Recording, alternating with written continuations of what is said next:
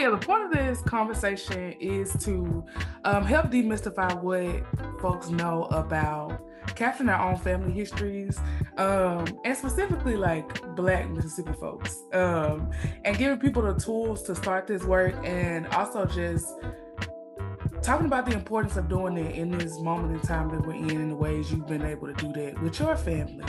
So we can really get into that and talk about that. Yeah, that's exciting. Do you want my initial thoughts about it? Yes. Okay, so I've been an investigative journalist for I think I've been in journalism for 10 years almost at this point, which is weird to say. And one of the things that you learn or that is drilled into you in no matter what type of journalism you do is you find it's one, you're not supposed to be part of the story. Writing from an I perspective is a no.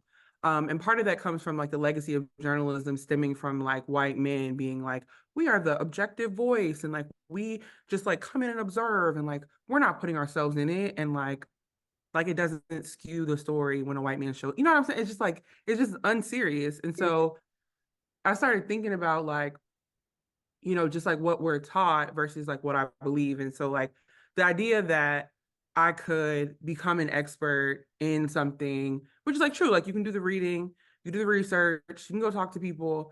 And also there are things that there are stories that you can only do because they're intimate to you and people trust you with that information. And I realized there's something so I realized also people were not going to tell stories about my family at all. And if they did, it would just be my stepdad's a public official. So, one little quote and they're moving on, but they're not trying to get into the interior lives of Black folk. I think, and so I was oh, there is a way to actually use some of the training that I've gotten, which is telling stories, going deep, looking at records, doing all the things, but doing it in a way that is actually really intimate and focuses on where you can go along with me. And I think that that is such an underappreciated way to tell our stories, which is I am also figuring this out for the first time and I'm going to show you how the sausage is made so that you can go do this too. Yeah.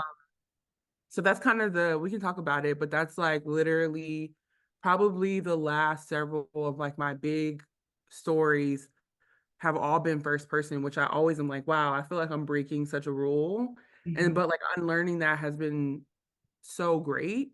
Because it's giving me the license to just really get in my own people's business. And I love that.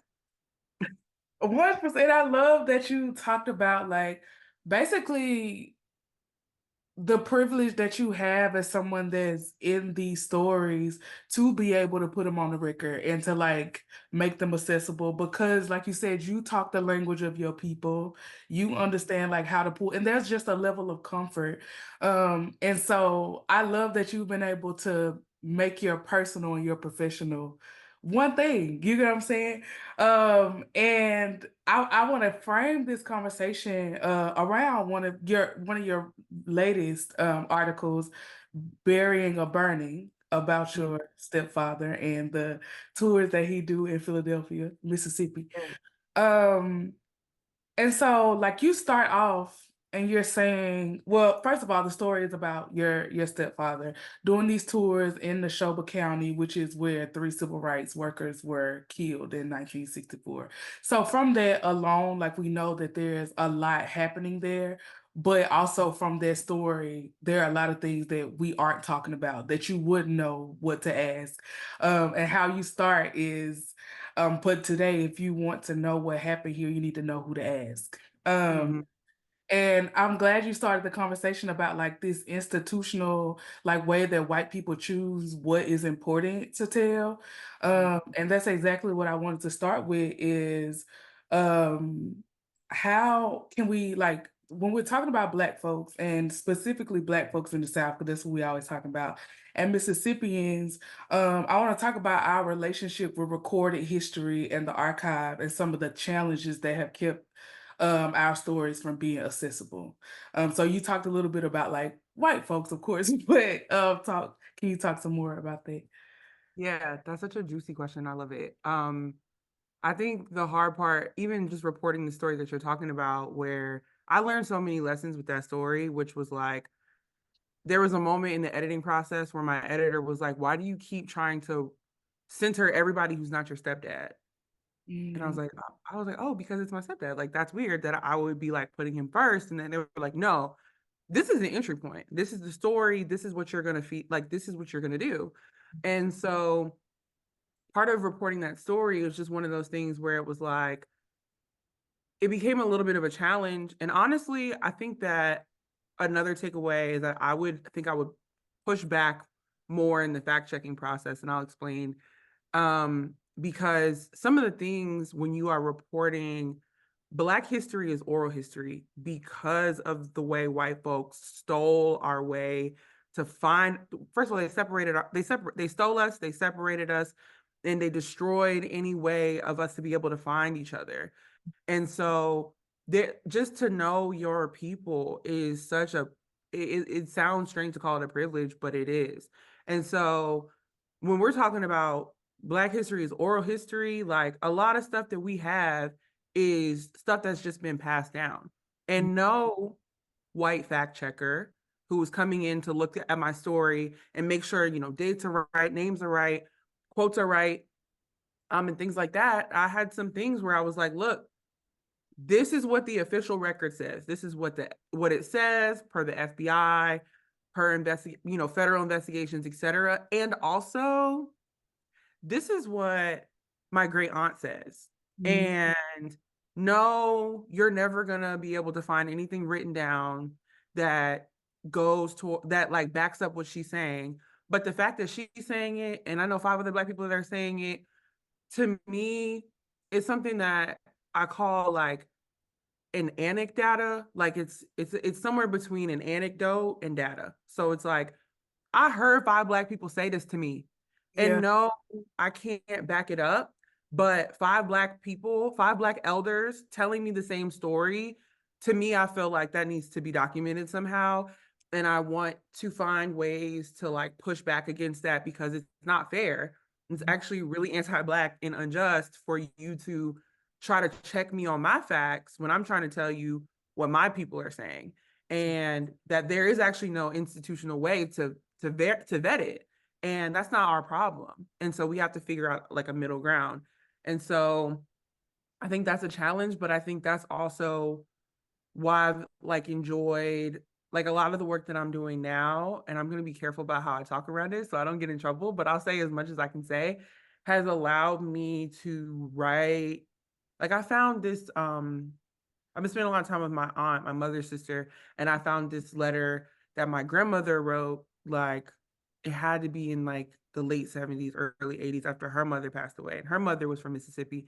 And like in that she's writing down all the things that she heard. Oh, we know this and we heard that. And like to me, yes, like some people would say that's not a primary source because it's not a newspaper, it's not this, it's not like coming originally from whatever. But my grandmother sat down at her typewriter and she put our family history onto paper. And for me, I'm gonna cite that. That's that's Bible to me. That's I'm not not to me. it's gospel. And If so my yeah, grandma mean kind what of she say what she mean. she wrote it down. She wrote it down. I'm not trying to hear nothing y'all have to say. Dispute that with your God. Okay. This gospel. So just trying to find that balance of like, yeah, I understand what you're saying. Like, you can't just put rumors down and say, well, I heard this, right? That's not like good practice. And also, there's something about the fact that a lot of traditions there is history that is only passed down by word of mouth. And so, and by, the spoken word, like you think of the traditions of griots and all of that stuff that lives on. And so, there has to be a way to like decolonize that aspect of like, well, prove it. You know what I mean? Because I don't like when white people talk like that to me. Especially when you the one that okay.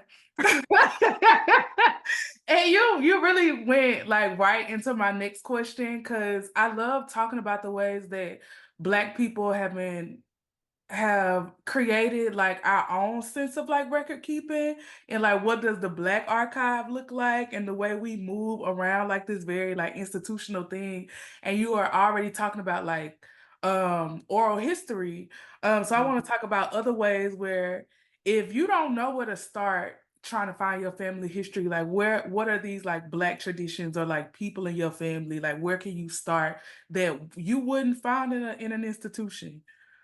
Yeah. I usually ask people like, first of all, you need to go to the elder women in your family. So sorry, I know gender is a lie, and also we have historically been the record keepers, like these historians in spaces where people don't really see it as important work. And so that's often the work that Black women are doing and have done.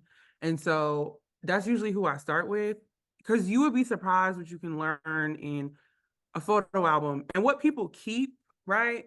And don't really see as like valuable to share with other people. Like they think they're keeping it for themselves, for like their own like interior memories and whatever keepsakes. And so you would be surprised actually if you just ask, like, do you have photos of you? Do you have photos of your mom? Do you have photos of your elders? Do you have anything they wrote down? Do you have any recipes, like anything I can touch, see, feel that you can share with me? Can we sit down and talk about it?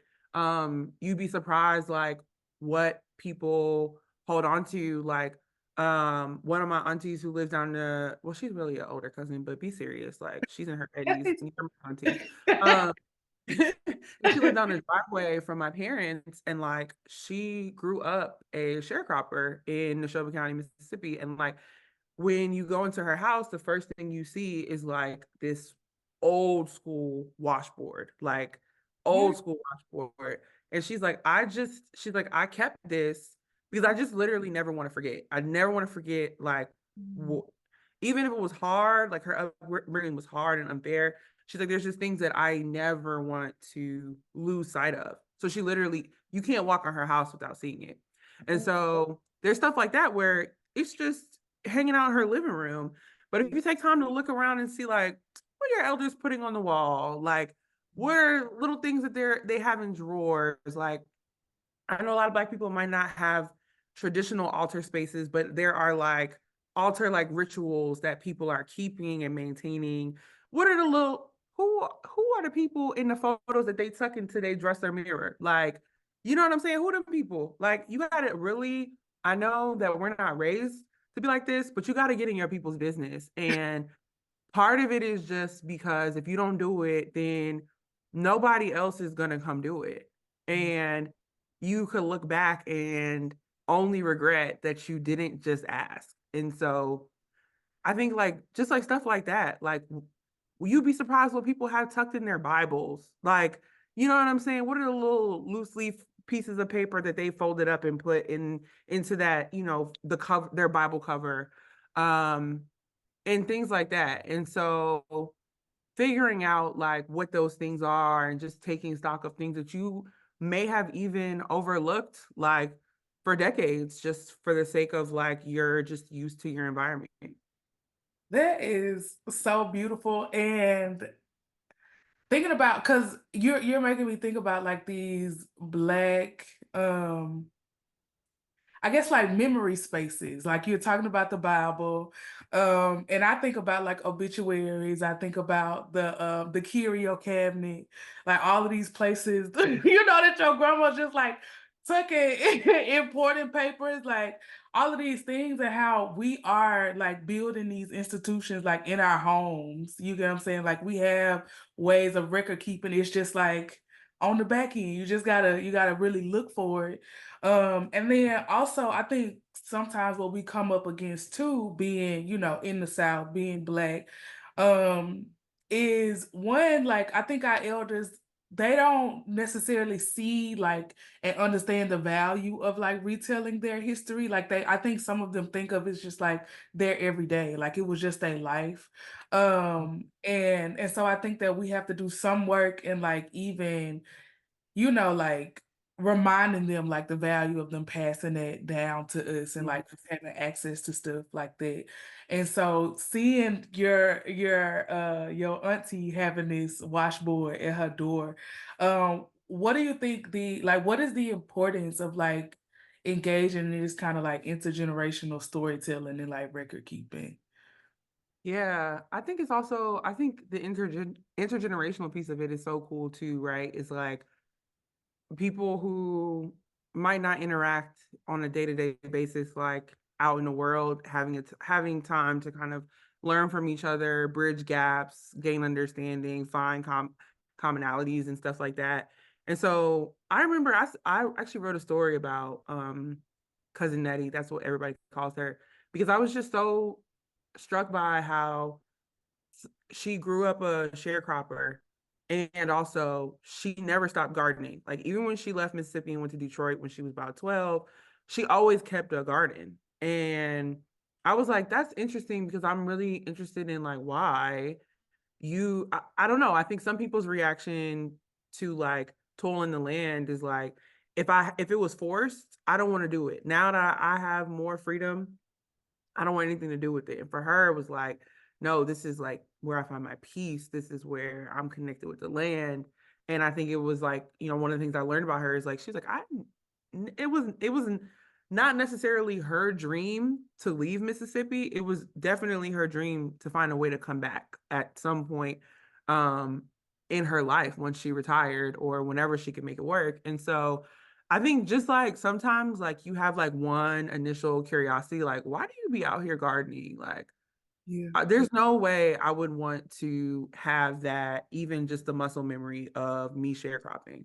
And so I just went up to her when she was out gardening one day and I was like, can we talk? And I was just like, I have questions. Like, then I just cut my, voice memos on and she started telling me all type of stuff. Like, when she was working in Detroit and her white coworkers pissed her off, she would go home and she would pretend that her cabbage heads were their heads and she would, you know what I'm saying? Like that was the way she was coping with the world. You know what I'm saying? So there's just stuff where I was just like, I just gotta go ask her because she's literally not gonna be here forever. And we're blessed to still be sharing the earth together. So let me just like get over whatever I have to get over to go ask and see what she'll tell me. And we talked for so long sitting outside till like, the till like the cicadas came out. Like, and it was like mosquito hour. I was like, I gotta go. Um, but sometimes stuff like that will just like, launch you into a conversation that you are not expecting. So I think like sometimes there are those like curiosities, but I've also been thinking about other ways to kind of like, spark those conversations. I think like I know she was when she started talking about to me, she was like my cousin Nettie, she was talking about um when she would be like out in the field or something, she would sing like um when you wish upon a star, she'd be like, I wish this, so she always kept track of like her wishes and her wants, whatever. So I think sometimes like music and other stimuli like photos, like something that like sparks a memory, like engages another sense, like helps people kind of tap into their nostalgia. And once people feel relaxed in that way, because now they're back in their memories that they maybe don't access often or at least share, like I feel like that just opens like so many floodgates. That's making me think about food, like all of these places that you could just like pull from to make people access that. Yeah, recipe. Like when you see your elders in the kitchen, get in the kitchen, please, and get you something to document what they're doing Yeah. as best we can. I know there's not going to be no measurements on there, but you know what I'm saying? Ask somebody who taught you how to make that. Where did you get that recipe? How do you know how to do that? Where'd you get that from? And you would be surprised, like you're saying, like the connections that people have to like the food and whatever that they might not be thinking about sharing that you should absolutely like look at as the opportunity to like archive. Yeah. So you gave us some good stuff. You said get up in your people's business. I think that's what I'm gonna name this. Uh, go to the Black Go to your Black women elders because they're the record keepers, and you also said like follow your curiosity. And you said like in talking to your cousin Eddie, you just pulled out your voice memo. So I want to talk about like how technology has made keeping stories and getting stories from our folks easier for us. Mhm. Yeah.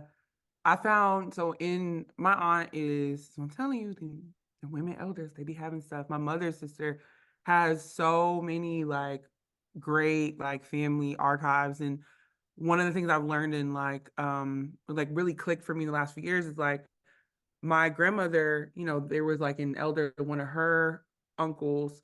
Um, she just rolled up to his house one day. I think maybe she brought her daughter, like my aunt, with her or something, and she just cut on a tape recorder. I'm imagining it was like an old school tape recorder with like a physical cassette tape.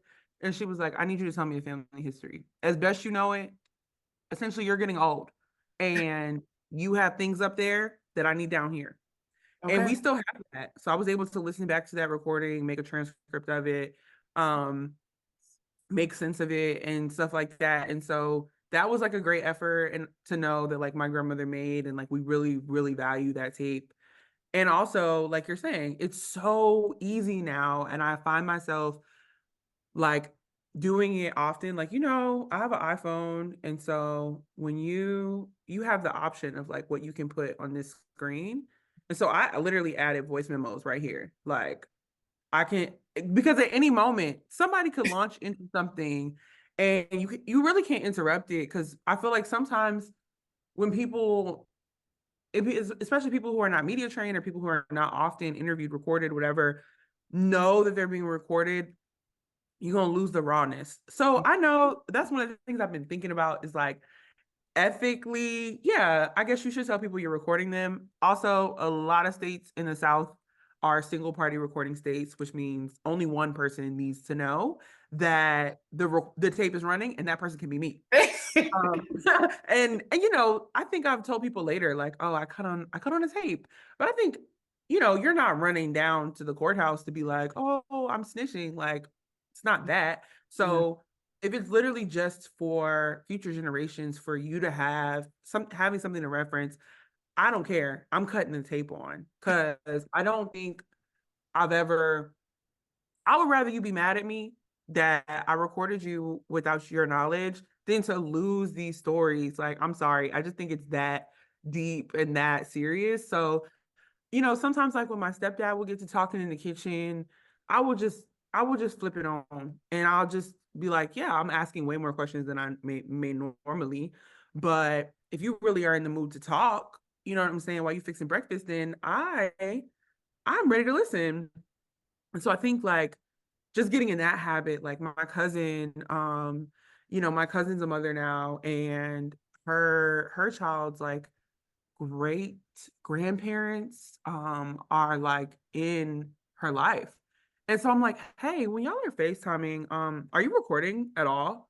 Like screen recording, somebody else recording, flipping on a voice memo. Are you doing anything? You should, because these interactions are not going to last forever. And so just being able to have that, you know, that tangible, that proof of like, oh yeah, this is you babbling with your great grandmother. Like this child's not going to remember it, but like now she'll be able to kind of have this access to her ancestors that a lot of us don't have. And she was like, oh, that's such a good idea. And so now I literally every time I see an interaction, I'm like, y'all should be recording this. What y'all doing?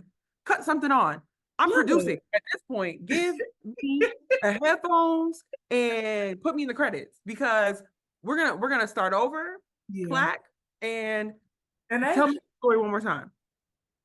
cause Cause that, like you said, and that's just like two generations that probably wouldn't like you said, we're not gonna have them touch points forever. And so the fact that she is having those interactions, like they need to be on camera because there's hearing you talk about the tape that you have from your grandma, um, like losing my grandma was kind of the thing that made me be like, okay, I gotta do this. Because you know how in like Black families, sometimes we don't, talk about what's going on health wise and stuff like that.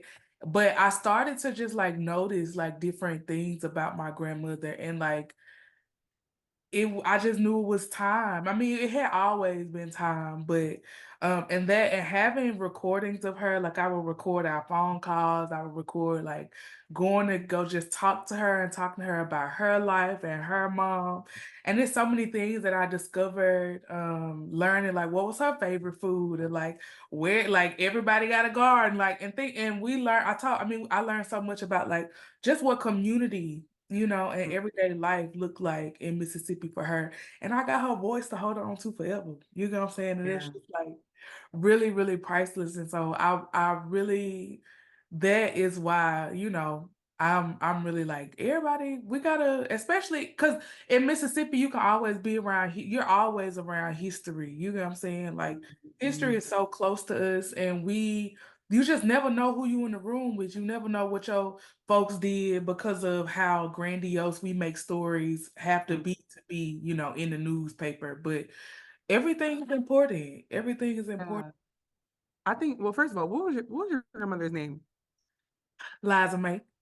Oh, okay. Eliza That's a name. May. That's a name. Yeah, I have two thoughts. One is like my grandmother, Diella, that was her real name. She went by Victoria, but Diella. Um, we lost her to a combination of Alzheimer's and dementia. So I think there was like something for me, like she passed away like my senior year of high school. There was something about like watching my grandmother like lose her memory and like start to be disoriented around us and like not know us, and then also not really be the age to like really sit down with my grandmother and have these conversations that I wish somebody would have had. And I think like, you know, I was just like, oh, like that's, I wish I. No.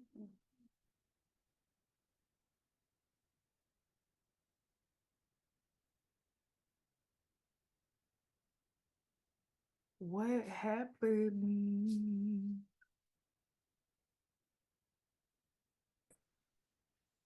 Call. Hold on. Okay, okay. I could hear you. Are we back? Okay, okay, we back. Okay, back. I be feeling like my grandma, like she one of the ancestors I feel like be like right with me. Yeah. And she don't like people telling her business. And so I feel like she was like, cut the cameras. We gonna throw a glitch in Hold here. on. Hold up now, not too much. Um, That is so yeah, funny because I know that's for real. That's what happened. I'm already knowing, like I'm already to it. But yeah, like I don't know. I feel like that was just like a really hard lesson to learn. Like, and noted, you know what I'm saying? Like, noted, it won't happen again. And so that's something like my cousins and I think about is like, how do we like, you know, for those who have kids, like, raise their kids or even our interaction, like, how do we make it so that we're not so closed off from one another? How do we make sure we're getting stories from our living family and stuff like that? And so, there's that piece to what you said. And I think there's also the piece to what you said around the fact that in Mississippi, you're always one step away from like a critical moment in history.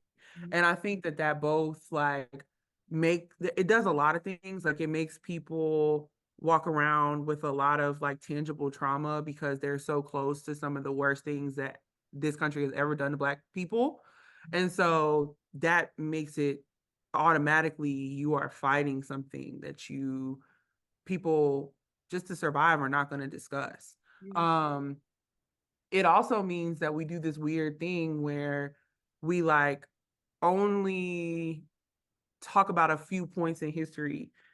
And so then you feel like if you didn't do something that is documented as being like so monumental, like so many like mind-boggling, nature-defying things have happened stemming from Mississippi, like Emmett Till's murder and his mother deciding to go to Mississippi. You know, they're from Mississippi North and have that open casket funeral. And I feel like that's often like when people think about Mississippi, that's like immediately where people's minds go. And so I think people are like, oh, well, if it's not that, right?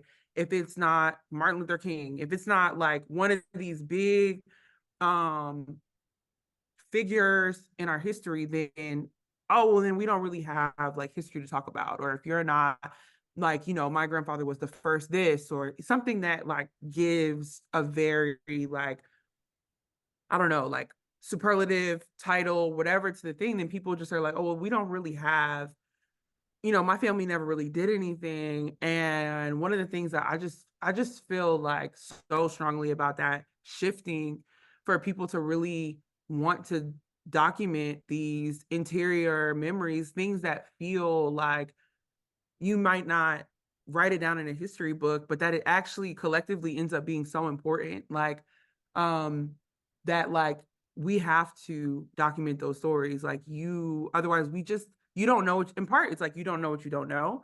So you make a lot of assumptions about who your people were and who they weren't. And like, you just, first of all, just got to find out for yourself, but also just the simple fact that you and I exist, that we exist as a people, is Mhm. just like a testament to the resistance and the fortitude of our people. And so to me, I want to know what your hopes and dreams are, what your favorite snack is, how you like to relax, what's your favorite color? You know what I'm saying? Where do you buy your moo? Like, I want to know everything about you because we are descendants of people who have made a way out of no, and automatically that makes you like a record breaking individual. And so I think just shifting that like really helps. It's like you're and to also know that we don't even know the half of what our people have endured. We may never know. Some of the stuff you can only imagine. And Yeah. so Yeah.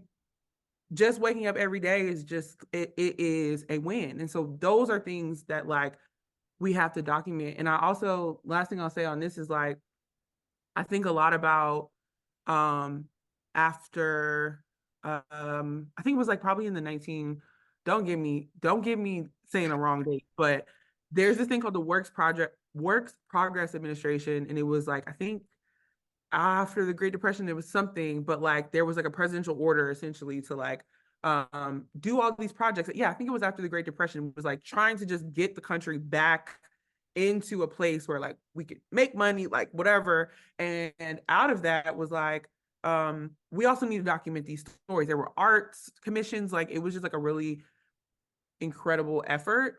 But one of the failings of it, it's like a double-sided coin, is like there were a lot of um narratives that we got or like interviews that were done with people who were born into slavery. And the failing of that was that it was white people going down south to do these interviews. And so we already know you're not getting the real. I can't talk to a white person about my real thoughts or my real experiences when I was born into this nation's original sin. Are you crazy? Like I can't talk to you. So while these records are great, they are so flawed. And so I think about that too, is like we got to be the ones doing this work because there's no buffer anymore. Like there's no filter on it. There's nothing, like you don't even have to worry about someone being like, well, I didn't know if I could trust this person. So I actually didn't tell them this really important story. It just lowers the stakes in that way. And like that comfortability is something we don't often get as Black people. So being able to share your story in like a comfortable, trusted environment, like I think that just like also changes what you're able to get, and opens, to me, like opens portals that like that were closed to us against our will. Like being able to talk to your mom, being able to talk to an elder about genuine questions that you have about your own life, about what they've endured, what they've been trained to keep inside and never reveal. Like, I just think that just unlocks, or like you said, demystifies like so much for us as a people. 100%. And I love that you are um talking about like because the everyday is like what I care about so much with Black folks because the everyday make up these really big moments. And not only, like not only is it for white people, like white people don't have the tools to tell our stories because there is a trust, but something that we don't really take into consideration that there really is a language barrier, like and Mm. cultural barrier because you can't tell me somebody, a white man from up north can come to Mississippi and talk to my grandma, like, and know what she's saying, and not because it's, uneducated. That's not what I'm saying. But it's like it's different words. Like I remember being on set for a film, and it was this director who was from like the UK, and he was telling a Southern story, and he was trying to do an interview, and he asked how one of the main characters were when they grew up, and he was, and the lady responded, she was like, he was like, how was this person growing up, and the lady said she was fast, and he was like, oh, like he didn't even know what that meant. You know where to start. No clue what it meant. And so it's just like there's trust and there's also just like this cultural undertone that you just would not know and like be able to tap into. And I think that, being in the deep south like that only is like a thicker thing because yeah, we just got like our own way of like speaking and doing and like being in community. And it's like if you don't have any ties to that, you're not gonna get the truth. You're not gonna be Mm. able to access the truth. I love that framed as a language barrier because I think about that a lot. I think about that a lot for two reasons. Well, yeah, because I'm doing a lot of like reporting about like Black people migrating within this country as part of the Great Migration, as part of people returning to the South now, as the reverse Great Migration. Like my family left Mississippi as part of the Great Migration. My mother returned in 2011. And so I think thinking about like I think we think only about migration as something that people do outside of like from outside of this country into it or in like it's like a grander journey or whatever or it's something that like Black Americans are not experiencing or that we are descendants of that like we can feel also first second generation in our own country are the only country that we have any tangible memory of ever being in. And so I think about that. And then I also think about what you're saying in terms of language, that like I feel like Black Americans are, yeah, we speak in English, we all speak English, but we are bilingual. And there are some things that you will never understand that we're talking about. There are certain looks that we are giving each other that you will never decode. There are just things that are not for people outside of our community. And I think that because we are, we're speaking English, we're English speakers. People think that we are all speaking the same language. And I think about this a lot for like jobs. Like people are like, oh, but this candidate is bilingual. This candidate speaks multiple languages. And I'm like, yeah, but I speak Black. And I'm so sorry. Y'all probably think y'all speak that as well. And that's a choice. But I really speak it. I speak Deep South. I, yeah. So that's also different. And the fact that you like that we flatten that is something I'm thinking about. I want to find ways to add more texture around that because that is also part of our experience that like I mean I started keeping a list in my notes app. I'm telling you y'all telling you it's right at our fingertips. Whenever my stepdad says something crazy, I'm actually have my notes app up right here. Yeah, I got to hear.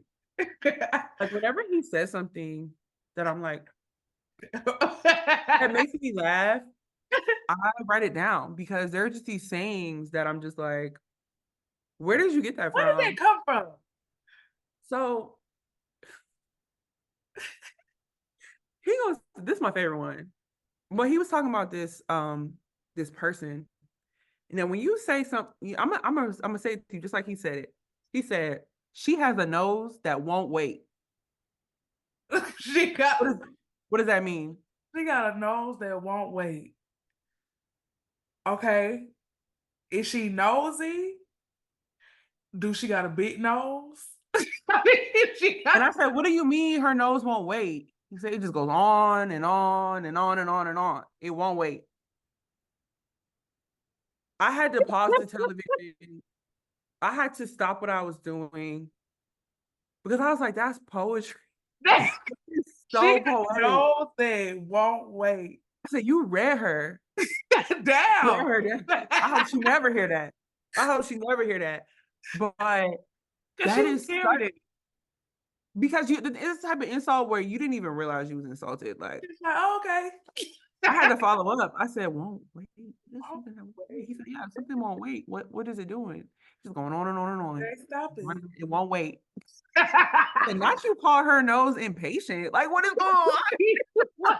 But it be stuff like that, or like he was mad about something. He was like, I'll ride a lightning bolt to hell. Like, and I was like, yeah, me too. Sometimes, yeah, me too. Yeah, I'm a exactly. this is a hill that I'm dying on. Yeah, I'll ride this lightning bolt to hell. Mhm. And I probably would have forgot that if I didn't If you just didn't write it write down that one little time. And now I'm just gonna. I realized that there's this journalist, Ron Nixon, also from Mississippi. He's from Lauderdale County. He's like an esteemed, really, really great mentor, like beautiful, beautiful journalist. And I saw him at a conference, and whenever I see him, I'm like, Mississippi, we gonna step to the side, we gonna have a whole conversation. And he was like, oh my God, I keep a list too of all the stuff my daddy said. He was scrolling through and pulling out the good ones. And I was like, I got some too. And I was like, yeah, this is a thing. Like, we have to write these down. Like, we have to keep these records or they will be lost. you'll be lost.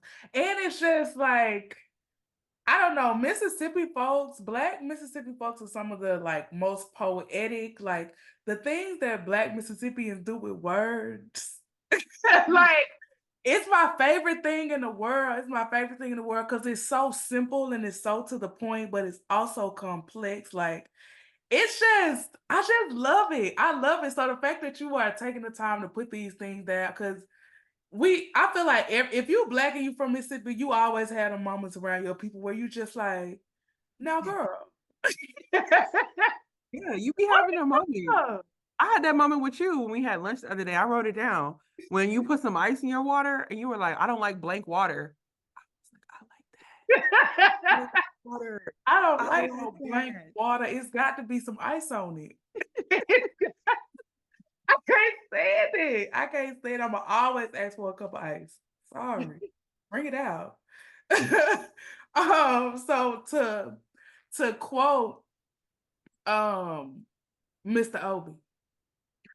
Mr. Obi.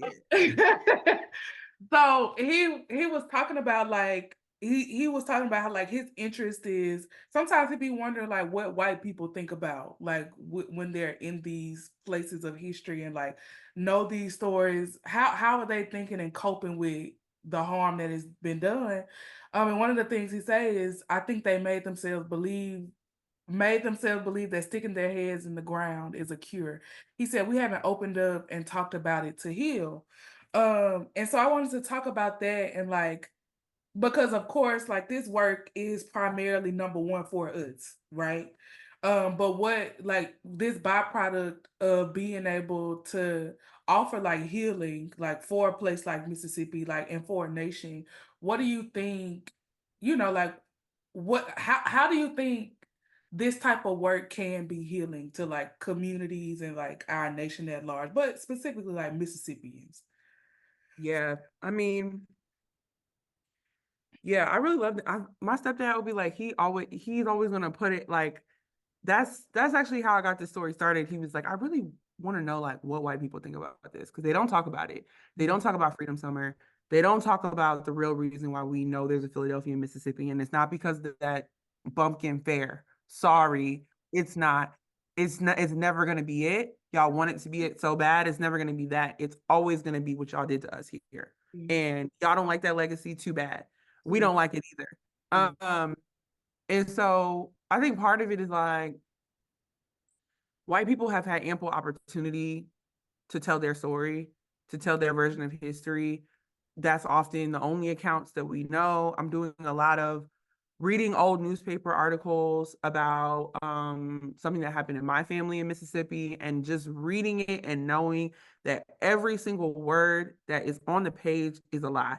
Like I have to question the punctuation y'all was using. There is nothing here.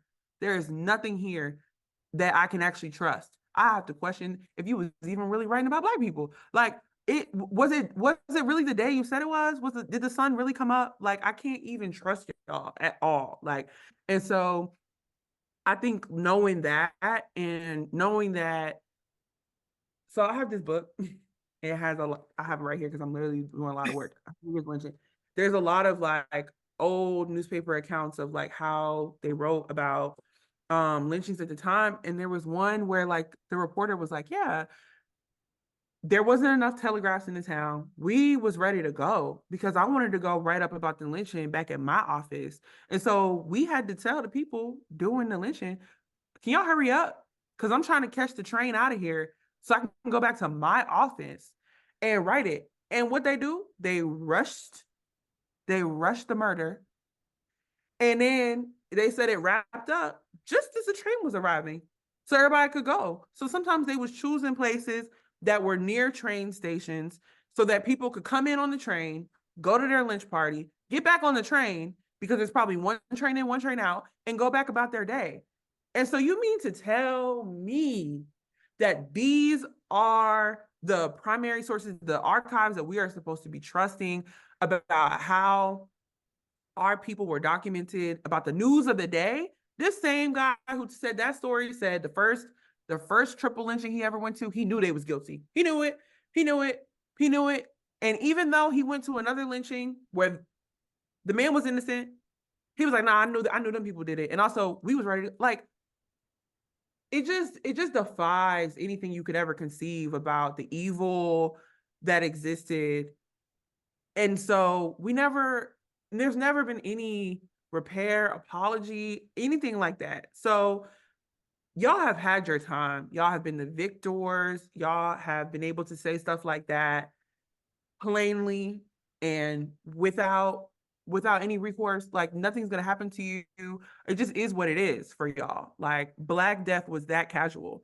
Like, one of the things that for this piece that I'm working on is just like the way that like the announcement of a lynching would be between like news about a budget meeting and news about what's going on in Congress and an ad for like juice on sale. It wasn't something that like needed to be like, in a like sensitive section or like, whatever. No, it's just in the newspaper, just tucked in there, just a fact of the day.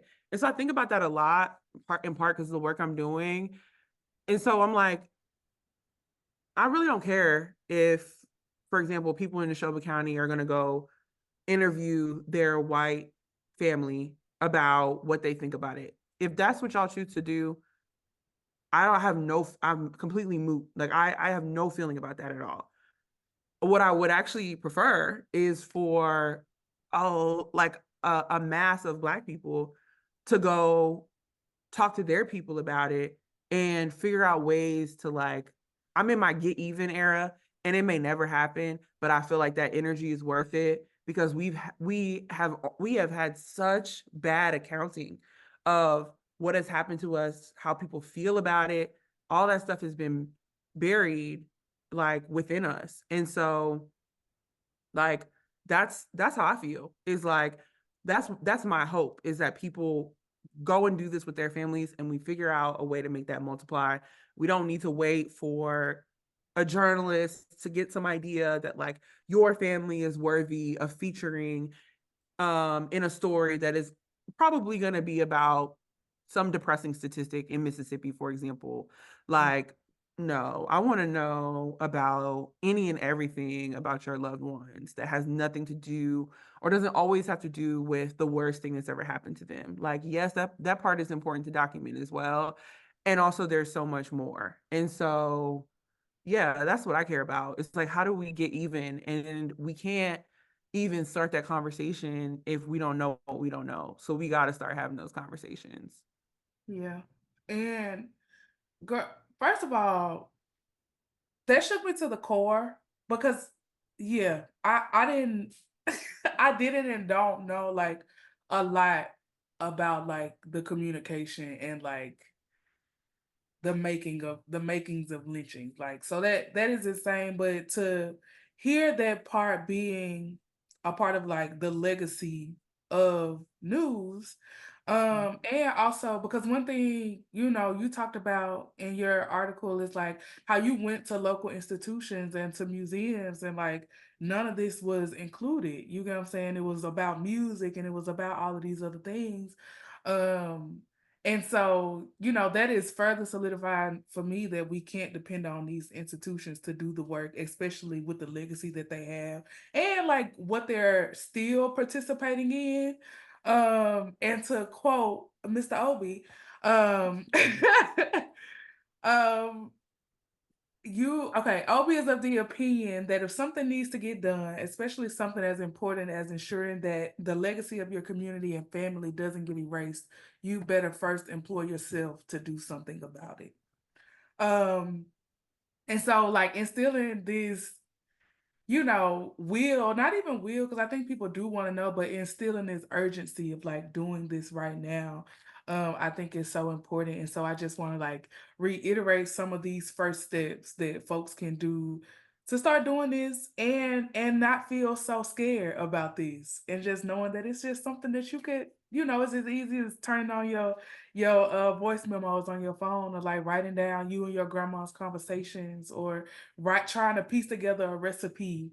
I can't even think. I wish I had my grandma's signature. I know that may be some security stuff, but like even having your folks' handwriting, you get what I'm saying? I think it's like a big thing.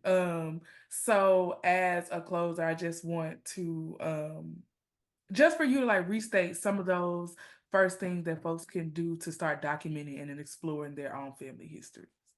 For sure. I mean, I feel like one, your notes app is your best friend. Like open your notes app or whatever you want to use to write something down. When you think of a question, write it down. And in that way, sometimes that takes away some of the anxiety when you do get an opportunity to ask or sit down, like you have something to go off of. You have a starting question that you can go off. And I think like that's been helpful for me, like just being able to say like, oh yeah, like I did, like I don't have to panic now that I have an opportunity. Like I've kind of, you know, started and like let that build up. I also think that just finding people when they're in the midst of doing something that they're comfortable doing, like cooking, like walking, like gardening, driving to church, like something like that. Ask if you can join. And from there, they're comfortable. Maybe you can slip a question or two in, maybe you can slip that recorder on while they're already, in their routine of doing something else. But in some other instances, it might work to kind of set up a recurring date. Like, can we meet Sundays at lunch or Sundays at 2? Can I come over? Can we sit on the porch? And can I just start asking you questions? And I think sometimes that works for different people who want that space to kind of think about stuff in between. And maybe like I took a college class where we interviewed like elders in Atlanta, and like in between our weekly standing meeting, like this woman would go back and she'd be like, oh my God, I thought about this in the time that we last met, and here's this. And so sometimes people like in that time where you're not real, like something might pop in, and they're gonna bring it to your standing meeting or whatever. Um, and I think also keeping in mind that asking your elders, your family questions, it like questions that they had, like questions that they wish someone would have answered, like what do they wonder about their parents? What do they wonder about their grandparents?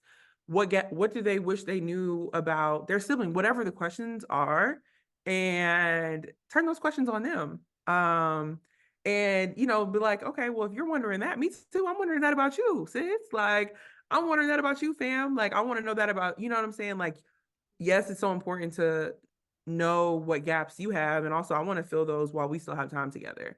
Mhm. What things have they overheard? Like, what are rumors? Like, what are things that you could never really find all the way out, but you heard this? Like, maybe there are things that you can kind of patch together. I've had the opportunity of like interviewing my mom and all her siblings. For the story that I'm working on, I interviewed them in sibling order. And it's been so interesting because everybody told me something different. Like everybody had heard a little something different. And I'd be like, oh, did you hear this? And they'd be like, no, I didn't hear that. I'd be like, well, your little sister, she told me that. And so then they're like, what? And I'm like, yeah, like then giving them little things that they can follow up with each other about. But like now I am the master of all. Like if you have information that you want to know, I have it documented. And it's also been just such a blessing to witness like some of my family who was a little bit hesitant about being recorded or like, feeling like, oh my God, I might say something incorrect. I was like, I'm not trying to quiz you. I just want to get to know, I just want to know what's up here. And that is the exercise. Like, this is not a test. Like, there's no way you can pass or fail. It's not that. It's really just the time that we get to spend together. And also that, like, I get to keep this and your grandchild who's in the world now, like she has a recording of her grandmother, like talking to her auntie about our ancestors. Like that's also a piece of it is like now I have like hours with all this family that like even family you might not be thinking is like has one foot in the grave. You never know. And like I'm like these are now these are treasures for me. um and so just really just getting started and like if it's something that you would rather do together, like get your cousins involved, get your siblings involved, get your mom involved to go talk to your grandmother. Like, it can be something that isn't just like a one-on-one. So whatever makes you comfortable, I feel like any record is better than no record. So it doesn't even have to be this perfect, polished Ava DuVernay end product. Like it just has to exist. Any record is better than no record. Period. That's a word. Look, I gotta type that down. I got right there. Bring your nose hat. Go you. Gotta keep that one for me, yeah, you're exactly right. Cause I think, we can get so caught up in like perfection and like we're constantly being bombarded with content. So it's like always trying to make something look a certain way or like sound a certain, making everything a production. And it doesn't have to do that in this world that wants you to be a producer, director, all of that. Like you can make this easy by just opening up your notes app, opening up your voice memo, writing it down, any of these things, just engaging with your family members. Um Yeah. Last thing I would say is back it up. Have that record in two places. Like if it's on your phone, send it to your email. Like send it to somebody else's email. Make a Dropbox, make a Google Drive that multiple people have access to where this stuff exists so that we're not depending on only technology. If you can, honestly, if you can export it and put it on something physical, like a USB, a hard drive or something where it can exist and be protected outside of the confines of technology that we can't trust like all the time, that also just like preservation is also key once you make those records. Wow. Look, I'm glad you said that because I've sent stuff to my email, but I don't have it in a physical location. And this is also making me thinking about um, like you can, like I use this app, and there's a lot of apps that do this, but just scanning documents like right onto like digitizing stuff. So that's an easy way to think about like photos if you want to preserve those things, just scanning them and saving them to your email. I mean, to a drive and then somewhere physical as well. Like your phone, I think could be a great starting place, but it shouldn't be an ending place. No, it got to get off the phone. It gotta get out You got to get it off the phone. because you'll drop it. It could be anything happen with that phone. You think it happened? Yeah. Back it up. Back it up. Okay, this is my last question. This is my last question. Okay, so out of like these stories that you've been getting from your elders, like what what's one of your favorite stories you've heard? Hmm. Oh, that's a good question. Oh, my favorite story that I've heard is that my great grandmother, who was born in Edwards, Mississippi, um, and actually, yeah, like actually, there's two stories. There's that her husband, my great grandfather, that they grew up on neighboring farms in Edwards, Mississippi, and that my great grandmother was promised to her husband because like the families had exchanged like a pail of water or something, and they were like they can get married. You know what I'm saying? Like, we even like they can get married. They got married and moved up to Washington, D.C. But like I was like, oh, that's such a beautiful, like I would love, I daydream about like what that community was like of growing up, being on neighboring farms and not as your husband. You know what I'm saying? Like there's something very romantic about the whole imagery of that. Um, That's so and beautiful. I didn't know that. And so learning that was amazing. I also heard my great grandmother was a good shot, honey. I heard she kept that rifle by the dough. Okay, period. She was ready. And that she could kill a squirrel, she could do whatever, do what she needed to do. And she had learned that in Mississippi.